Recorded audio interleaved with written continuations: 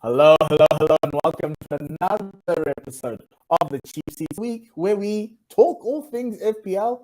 Deadlines are coming up soon. Game Week 7 is happening. Game Week 6 happened. Erling Haaland got his returns, but Marcus Rashford, with his 18, 17-point haul, was reminded everybody that he has skin in the game and wants to get a ticket on that plane to Qatar. But I've got Cyrus and I've got AB here to kind of talk about all things FPL and what they're thinking about this week. Firstly, AB and Cyrus, how are your game weeks? I'm going to start with AB. How's your game week? No, it was very average. I think I got like 45 points. It was terrible. Yeah, Trent didn't do anything. Mo didn't do anything. Spurs didn't really do much for me. Arsenal obviously didn't do anything for me, and I have like 3 Arsenal assets. So, blame Eric Ten Hag. Yeah, if it wasn't for the and blame the referee as well. But yeah, I mean, he stole points from me. So, I was as upset as you guys were. So, Cyrus, how's your game week been?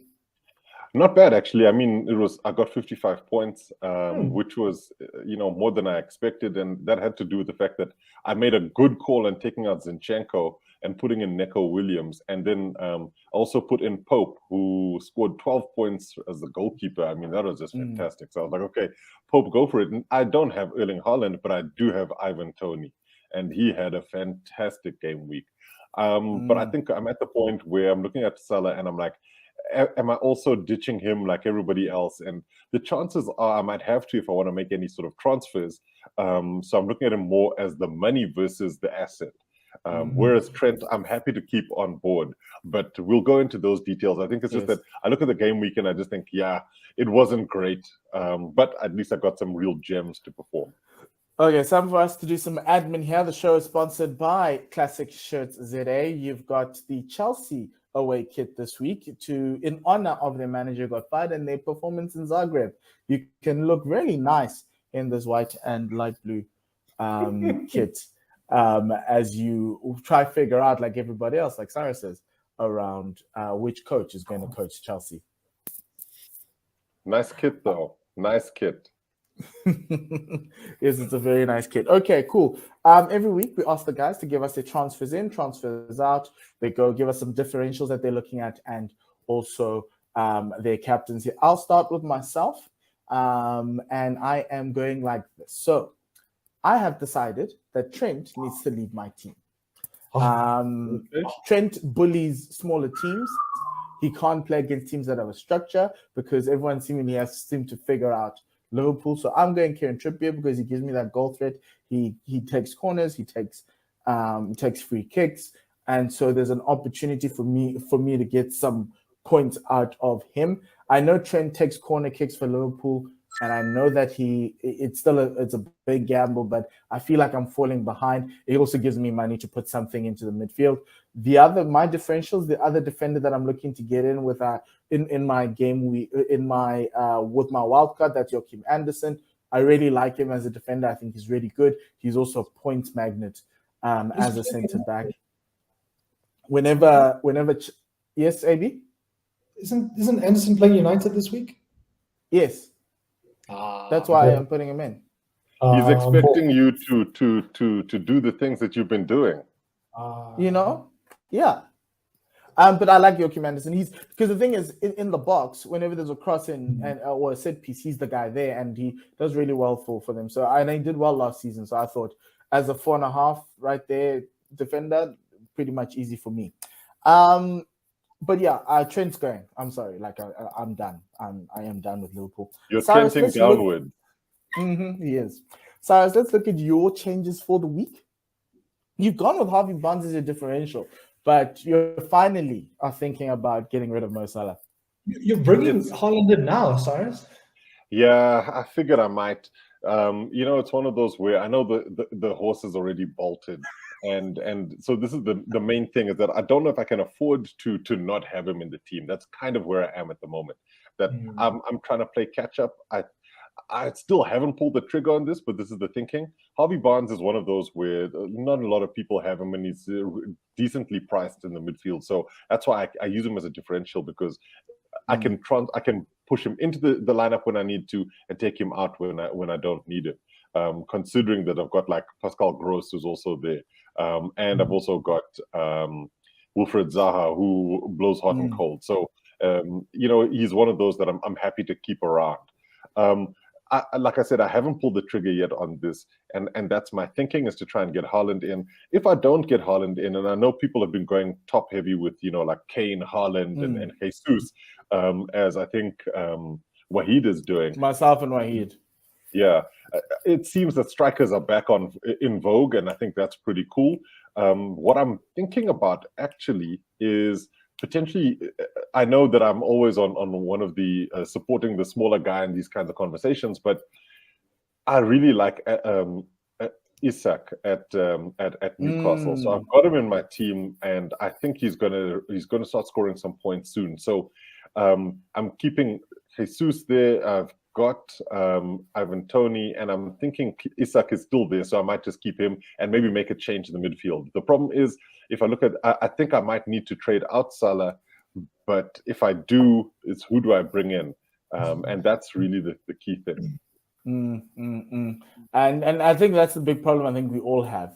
But if it's for me, it was between KDB or Kane, and I thought actually let me just keep Kane at the top and go there, because a lot of people will go to KDB, but 48% of FPL still holds Mo Salah, so it's not only just you, and you're hoping that he comes right.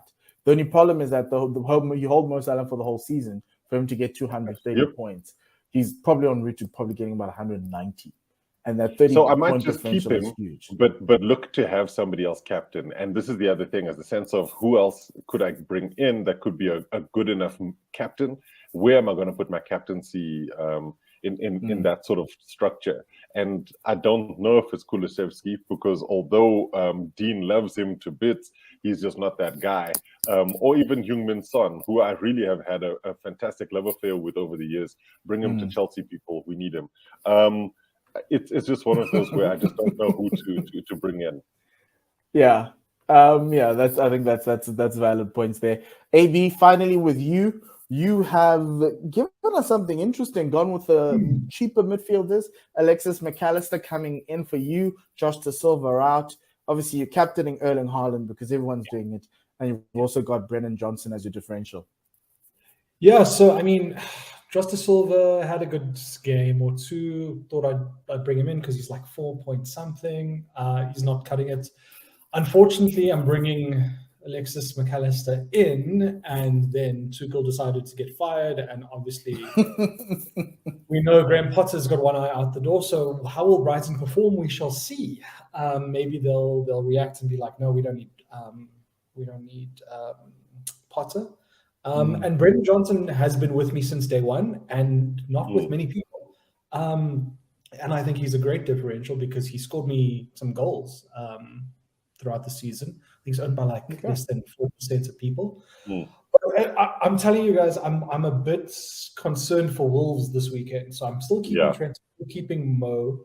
If Thiago's back, hopefully this allows Mo to stop working too much on the wings. Maybe Mo can start drifting in like he used to. Wolves haven't been playing so well. Yeah, they beat Southampton the other day, but it's Southampton, So yeah, maybe this is the weekend that Mo comes right. They've got Champions League also, so we'll see how that goes. Yeah, I don't know how much longer we can all hold on. He's a sneaky differential captain pick, because I think they play Wolves this weekend and Man City play Spurs. So is Haaland going to score against Spurs? Chances are he will. Is he going to score big? Well, but this is the other thing for me, Mpo, is that you mentioned Champions League, and then suddenly I realized Salah's been in bad form, or in different form, let's call it that. He then has to play midweek and again on the weekend. And this is a Wolves team who's given Liverpool problems at Anfield before. So, I then look at this and think, yes, they haven't been playing well, but all it takes is for them to say, look, we've beaten these guys before, or rather roughed them up, real bad. Let's see what we can do now. I'm not wholly thinking that Liverpool are going to smash these guys. I think the biggest issue for Liverpool is that they scored all of their goals this season against Bournemouth. and now they're left worrying where the balls are going to come from. Yeah. Speaking of new manager bounce, Chelsea play Fulham over the weekend. Is there a chance that we could put in some Chelsea assets, a Sterling, or maybe even captain a Sterling, or even an Aubameyang if you're looking for a differential striker just for this weekend? Look, I would.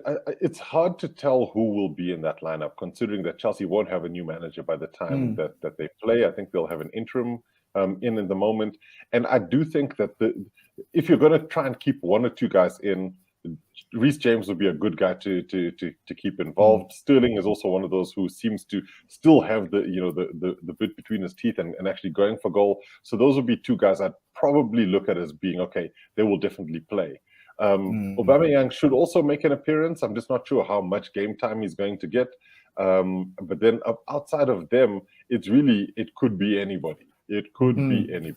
And then obviously AB, Manchester United play Crystal Palace this weekend. Anthony, Bruno Fernandes, Jadon Sancho as a possibility, even Marcus Rashford as a possibility for a differential captaincy pick if you think Erling Haaland's not going to do much. I'm not touching any United players. I'm going to get hurt once a weekend. I don't want to get hurt twice. I'd rather not win twice. Then have United win and your FPL just go in a different direction. Yeah, I've done the same thing. I've got no Chelsea assets. So what I'm seeing from Rashford, and it's great. So one, he's playing as a striker, but he's a midfielder, so that's always great.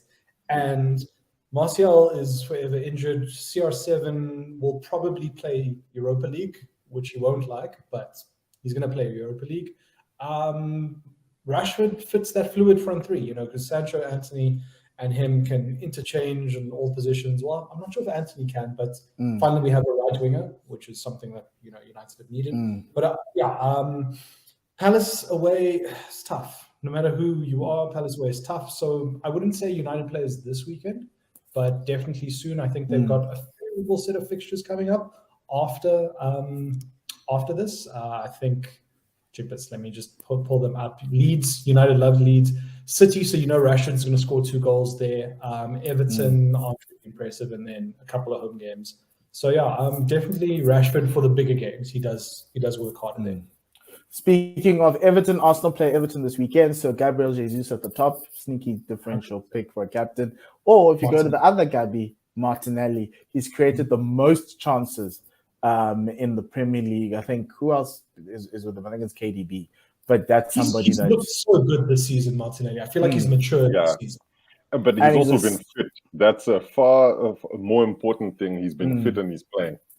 Yeah. I must say, I'm still not 100% sold. He's really quick, but I'm just not sure what he does. But he does cause a lot of havoc. Yes, well, you've got a Brazilian who's dribbling, and then when he loses the ball, Martinelli's there to poke it away, which is, I don't mind. I have no issues with that. But outside of that, I think that's where we're going to end it. Thank you very much, gents. Remember, the deadline, if you're watching this or listening to this, whichever way you want to consume it, is Saturday at 12 p.m. So please do go out, make your picks, and may the odds be ever in your favor. Have a great weekend, and we'll reconvene in the following week to discuss what went wrong and what went right. And probably, hopefully, no one's going to be crying because they went out and lost to Crystal Palace when they weren't supposed to. But outside of that, goodbye, good night, and Besale, kakakiso.